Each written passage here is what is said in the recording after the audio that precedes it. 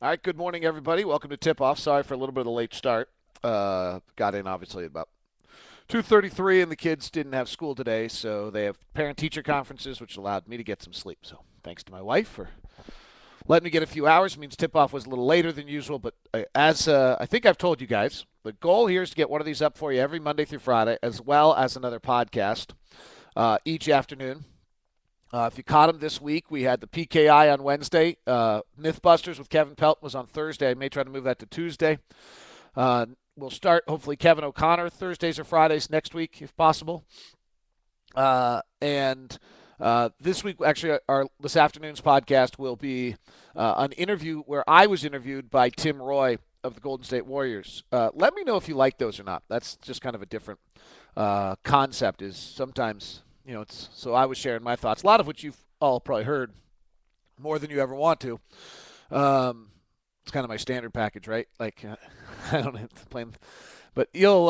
So I'll put that up here a little bit later, and hopefully you'll enjoy that as a podcast for Friday. But that's the goal as we move into the new realm here of Locked On Jazz. For those of you who have followed me for a while on the talk shows, gosh, we date back to 1992. That means you're old. I mean, I almost hit 20 years. Didn't quite make it though. When we started at 106.5 the score, and then I went to 570 and built 1320. I just want to thank you. That was a great run. I had a heck of a lot of fun doing it. Still enjoy it every day. But now, hopefully, this is the new realm, and we can build something that's never been done before, never been built before, never been done by a play-by-play announcer covering a team that brings us to a new level of communication, etc. So that's the goal, but you guys have got to help me along the way. You guys have got to continually give me your thoughts, what you like, what you don't like, what are good ideas, what are good podcasts. I mean, tell me. Okay, I don't like that. Hey, you guys told me the audio yesterday doesn't work. I got to take the time to set up the system every single time. Will be done, promise. So I really appreciate that. But this is the new realm. This is where we are. Spence and Scotty are going to take care of the afternoons on 1320 KFAB. And I'll bring you this. I'll try to include Bowler a good deal on this as well, so that you guys don't miss out on him and get it all rolling. So that's the plan. Thank you very much for your loyalty, if that's the right word, or at least your faith, and it makes it exciting to go for a new venture. All right, let's hit the topics of the day here on Tip Off. And obviously, Super Bowl Sunday coming up. I don't delve much into it, and there's so much hype and everything else, and I don't have a huge breakdown for you on this. I think the question you just have to ask yourself a little bit is who's the better team when healthy, because that 2 weeks makes a big deal, and I feel like the 2 weeks really helps the Giants. I actually think everything points to the Giants. We'll see. We'll be in New York. It'd be really fun if they win. That could be a crazy night.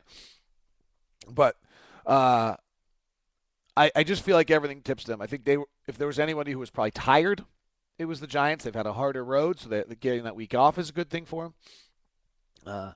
I think they're more well-rounded. I think we've seen anything in the playoffs that those teams that have that weakness, whether you really believe New England's defense is a weakness, it eventually gets exposed. So that's my quick thought on that. And then on Brian Johnson being hired as the offensive coordinator for the University of Utah, and then we'll hit the Jazz topics. So intriguing. About three thoughts. One, I wonder if this is just if I mean I don't doubt that actually through the interview process Brian was as good as anyone. He's really bright. He's a special kid, um, and he's really a kid. I mean he's 24, 25 years old.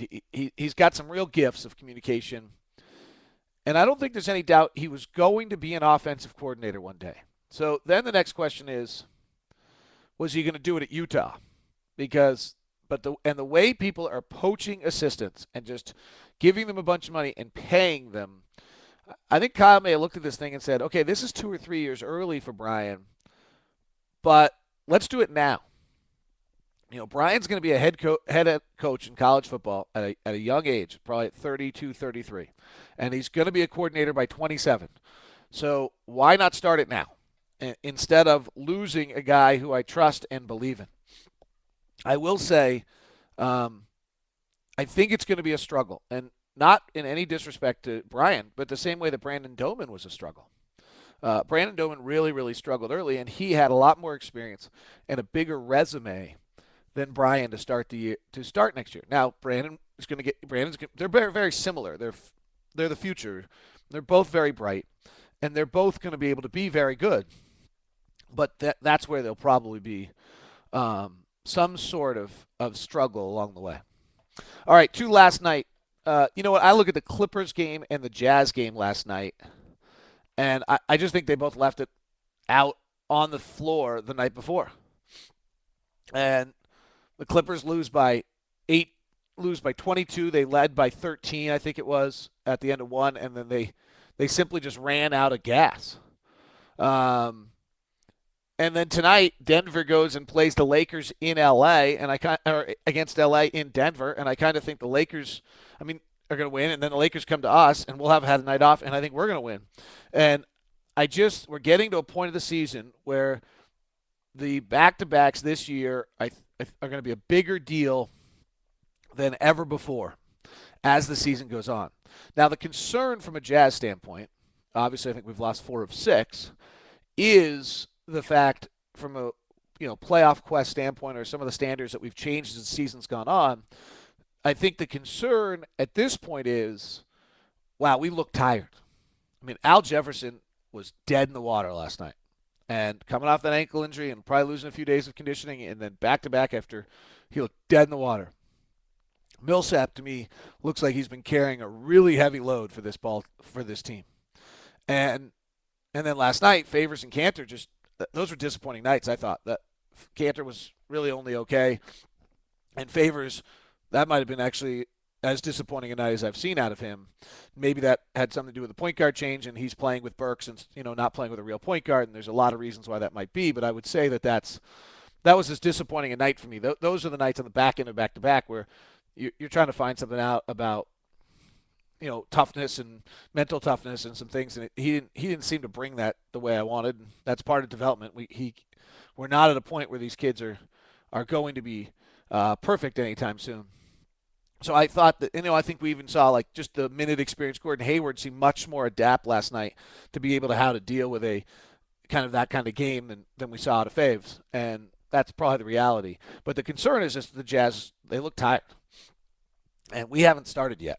It starts now. I'm going to be talking to you from every different city on a different day. And I think I did the math that March is 31 days and 19 games in 14 different cities. Just something stupid.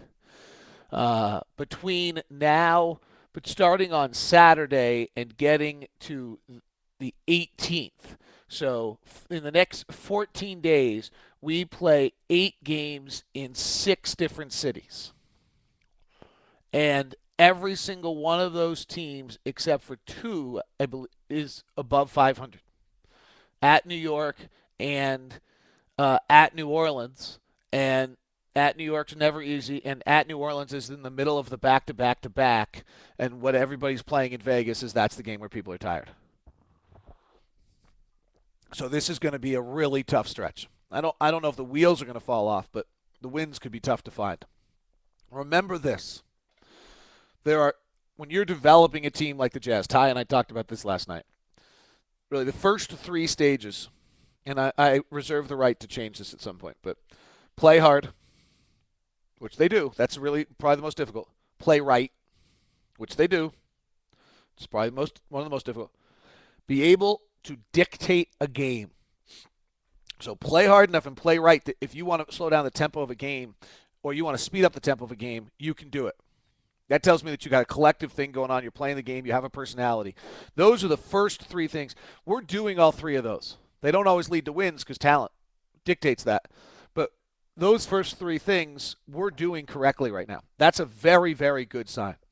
And hopefully is what just playing that hard allows us to go sneak some games out in a sequence here where, home against the Lakers, at New York, at Indiana, home against Oklahoma City, at Memphis, at New Orleans, at Oklahoma City. Hard to write in a win there. At New Orleans would be the one, but that's that middle game of a back-to-back-to-back. So it's hard right now. And this is this is why the Jazz luckily won a bunch of games at home. In the quest for 33 that I've put up on the internet, they are, which is the 500 record, they're actually still right on pace. And so, let's not panic. They split games of the Warriors at home, which is really what you can do against the Warriors. You just don't beat all those teams every single time. Monte Ellis was brilliant last night. I actually really liked what I saw to Gordon Hayward guarding Monte Ellis. So that's the first time he had to do it. We talked before the game. Gordon told me I got to try to use him turn him into a jump shooter. I want to keep him off the line. He shot 17 free throws against us last time. We're thin, so I got to keep him off the line. We can't get ourselves in foul trouble without Watson, without Harris, and without Raja. And you know what? That's really what he did last night. And it kind of actually goes to that whole thing of what I just talked about in regards to a team, is that he played hard, he played right, and he dictated what he got. Now, hey, this guy was good enough to make the shots and became a jump shooter and hit him, and he doesn't always do that. And Gordon, and then it was interesting to watch Jamal Tinsley and Gordon Hayward before the game because I was talking to Gordon. Jamal was right there. Jamal jumped in on the conversation and said, hey, Gordon, every time he jabs, just take a step back. Don't try to, if he jabs out to the right, don't step back right because now you're off balance and he'll go the other way. Just take a step back, and then if he wants to take a step back jumper, then that's what he gets. And you saw that. He almost never drove by Gordon last night. He only stepped back, and he hit the shots, okay? And he got some transition, and the Jazz didn't do a great job picking him up in transition on a few occasions. But I actually, if it's possible to play okay defense and a guy who drops 31, I'm certainly not going to say it's good defense. I thought Gordon did that last night, and that's a good step. He's now had some really big matchups, but the shooting percentages have got to get better. It's disconcerting, and I'm not going to worry quite yet, but if it's not any better, if we don't see some trends changing by the middle of March, I'll start getting concerned with you. But give me till the middle of March. But every other aspect of his game, boy, are we seeing growth. I mean, we're really seeing growth in how he defends, what he does. 4 rebounds last night, 4 assists. He's got things to learn. The next one is he's driving the basket. Ron talks about all the time. Gordon's showing the basketball up front, and it gets knocked away every single time. Now he's going to have to figure out, where am I tucking that? How am I hiding it? What's my move going to be different? And I'll talk to him and try to get you guys that information. So interesting just to watch how these guys develop, and we're seeing it. And last night, I thought the guys played hard. I just thought they were on empty in regards to having any juice left. And, boy, that L.A. game, I mean, I walked on the plane with a bunch of those guys. Gordon's talking about whether or not his goaltending was goaltending. Millsap wants to know if his charge was, really a charge. I mean, there were just so many plays. The free throws they left behind, that was a gut-wrencher the night before in front of a raucous crowd, and that one definitely hurt. That one definitely hurt. Let me just go to some Locke tip-off questions here. Remember, you can always send me questions on Twitter. Hashtag it Locke tip-off because that's how I get them. How concerned are you about the lack of three-point shots? Seems like such an advantage to be able to knock them down at key parts of the game. That's from C Sublime. That's who we are. I think that. Is that hurting? Like, is that part of the reason why I think we're a 500 team? Sure. Yeah, we've got to be able to, in some extent, be able to stretch the floor. I thought we've seen the floor shrink a little bit on Jefferson and Millsap in some of the areas. I mean, Paul, when he's trying to put the ball on the floor and drive right now, teams have sucked down on him, and he's really losing space. It's almost as though Paul has to take another quick step in his development because there's just not a lot of room for him to work right now. And so, yeah, I think it's a concern, but I don't see how it's changing. I think Gordon's got to hit his better, but Devin's a 31 career three-point shooter. If Raj's healthy, he was hitting him.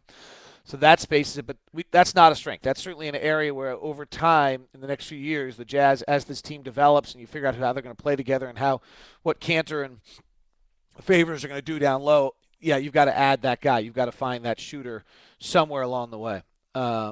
Speaking of that shooter, Jimmer Fredette, DNPs last night, which I was pretty surprised by. I thought he was playing a lot better, but what happened is Marcus Thornton came back, and Isaiah Thomas is playing so well.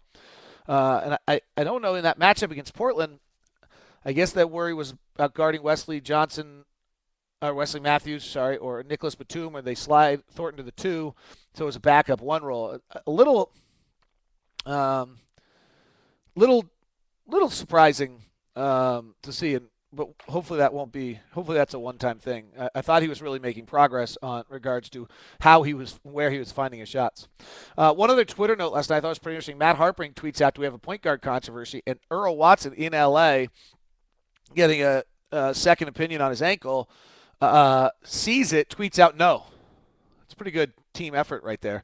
You certainly like to see that. Next tip off, could you see the Northwest Division going from a tight race to looking like the Pacific Division in the next 2 months? Well, I guess the first thing, and that is from Dave Fish 17. You guys that are loyal to this, I really, really appreciate. One of the things we're going to try, by the way, is a Google Hangout where you guys kind of come in as callers, ask a question, and then maybe step out and let the next person come in and ask a question, and then we post the whole thing for you by the end. Is the hope before, or I'm going to try to get Google to approve me for having a big enough thing. So if you know anybody on Google Plus, have them follow me because the bigger my numbers are, the better chance I have of getting that. The Pacific Division. So in other words, the fact that division's not as close and we're very tight. I don't know if the Jazz can stay around 33. Minnesota's going to be around 33. I'm certain of that. And then our division will be pretty tight. Denver and Oklahoma City are obviously the two best records right now in the NBA. And right there, how about San Antonio, by the way? Third best record in the NBA in the Western Conference without Manu Ginobili. Maybe somebody wasn't crazy when they picked them to finish number one in the West this year. Oh, if you thought PNV was going to go away just because the radio show was going away, don't be silly. All right, that wraps up Tip-Off today. Thanks so much. Send the questions to Locke Tip-Off. And we're going to spice this thing up. I actually was thinking that I'll have a few little kickers, and I have a pretty funny little thing that happened the other day. I'll start sharing some of the stories from the road. When we're on the road, there's always little funny stories that happen along the way. Make sure I tell you the story. Okay, someone remind me on Locke Tip-Off. I have a Radio Disney story I have to tell where I seriously thought I was crazy. And I have a barista story that I have to tell you. And don't worry, I won't go to that one. All right. Barista story I have to tell you. So send those to me. Locke Tip-Off. Thanks so much. Later this afternoon, I'll put up a podcast that involves me being interviewed by Tim Roy of the Warriors for our Friends of Locke podcast this week. Hope you're good, guys. See ya.